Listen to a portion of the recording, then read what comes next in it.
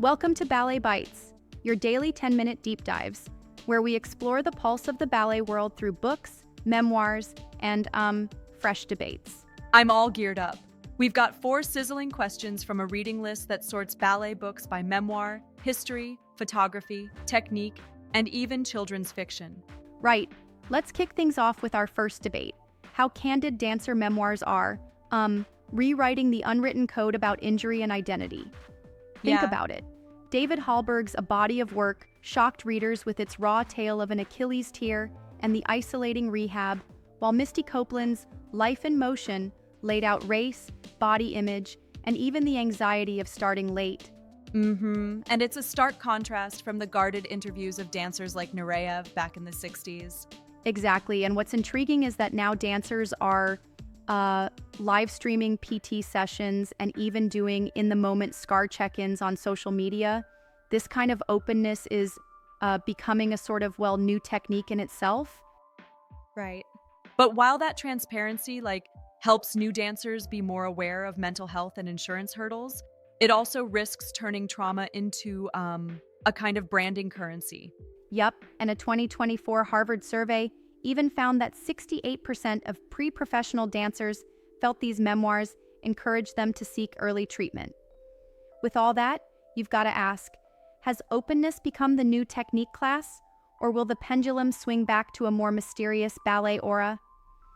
That's a tough call. There's power in breaking the silence, but at what cost to privacy, right? Moving on to question 2. Does our go-to history text still serve ballet's future? Absolutely. Jennifer Homan's Apollo's Angels maps ballet's journey from Renaissance courts to the modern stage, but it's been slammed by some as too Eurocentric and even predicting the art might be, dying.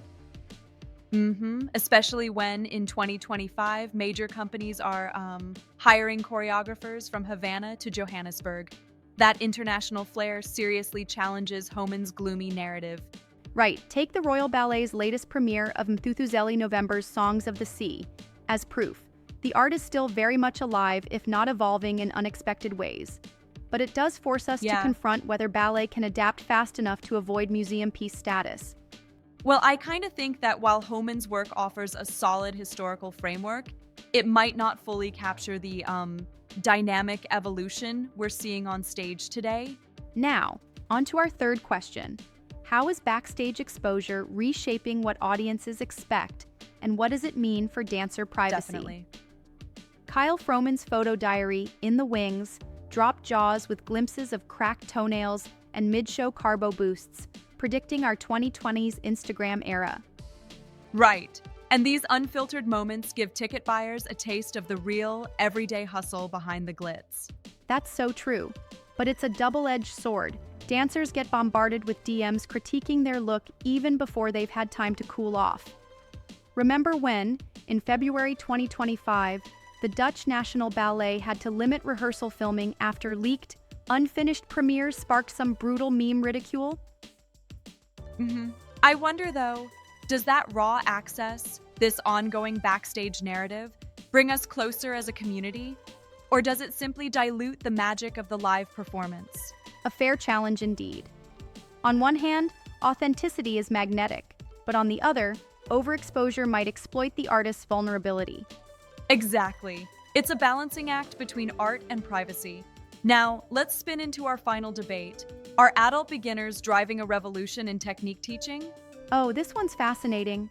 Sandra Noel Hammond's Ballet Basics, first out in '74, saw a 60% sales spike during the lockdown boom of 2020-2022. Studios from São Paulo to Seattle are now running waitlisted intro classes at odd hours, slots once reserved only for company warm-ups. It's really turning the stereotype on its head that ballet is just for the teen with a tiny waist. Now, adult learners with diverse bodies and bank accounts are reshaping the narrative. Exactly. It's driving instructors to remix pedagogy. Less formal, more plain English, and an emphasis on musicality over rigid French terminology.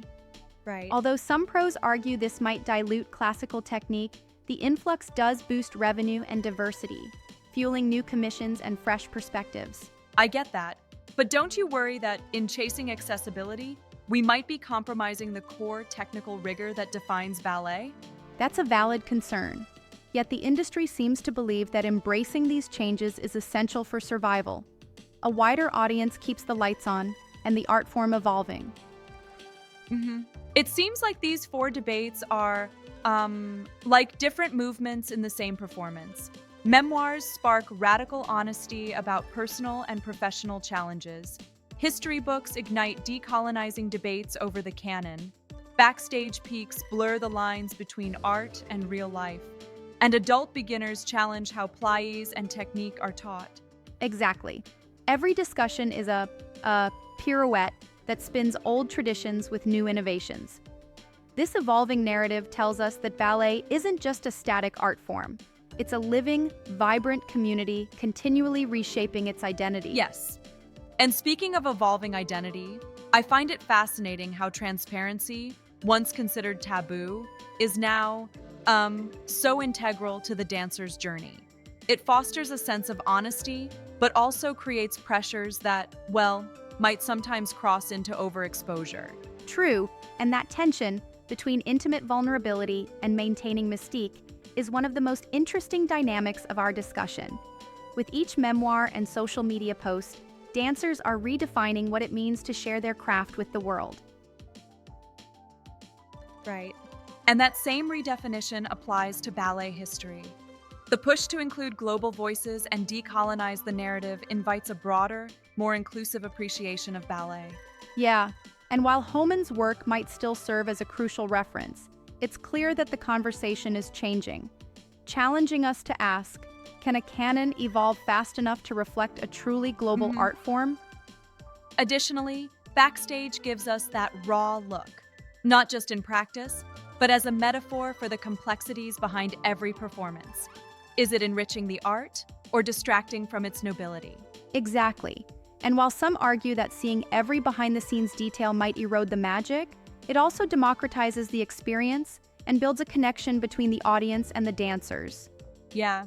And then the adult beginner revolution, which not only challenges the very structure of technique classes, but also brings in a diversity of voices and, life experiences that were long overlooked. It's like, ballet is reimagining itself from the ground up, tweaking, remixing, and even, dare I say, revolutionizing what it means to learn and perform dance. Plus, with more financial backing from adult learners, there's room for innovation. Definitely.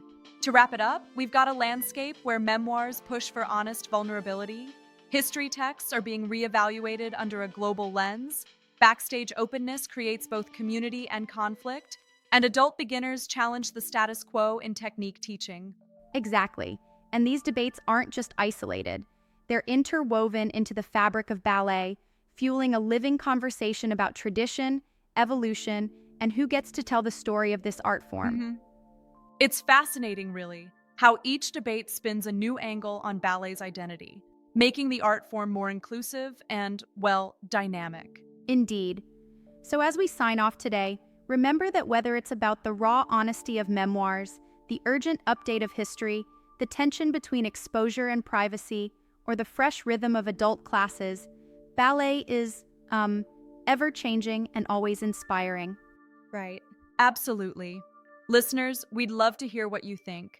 Do you see transparency as a new technical requirement, or does mystery still make the magic? How should the canonical history evolve? And where do you stand on the backstage versus privacy debate? And don't forget, for those of you who are over 30 bar enthusiasts, let us know if these new adult-friendly classes feel rigorous enough or if they could use a little more classic twist. Yeah. Thanks for tuning in to this deep dive into ballet's evolving narrative.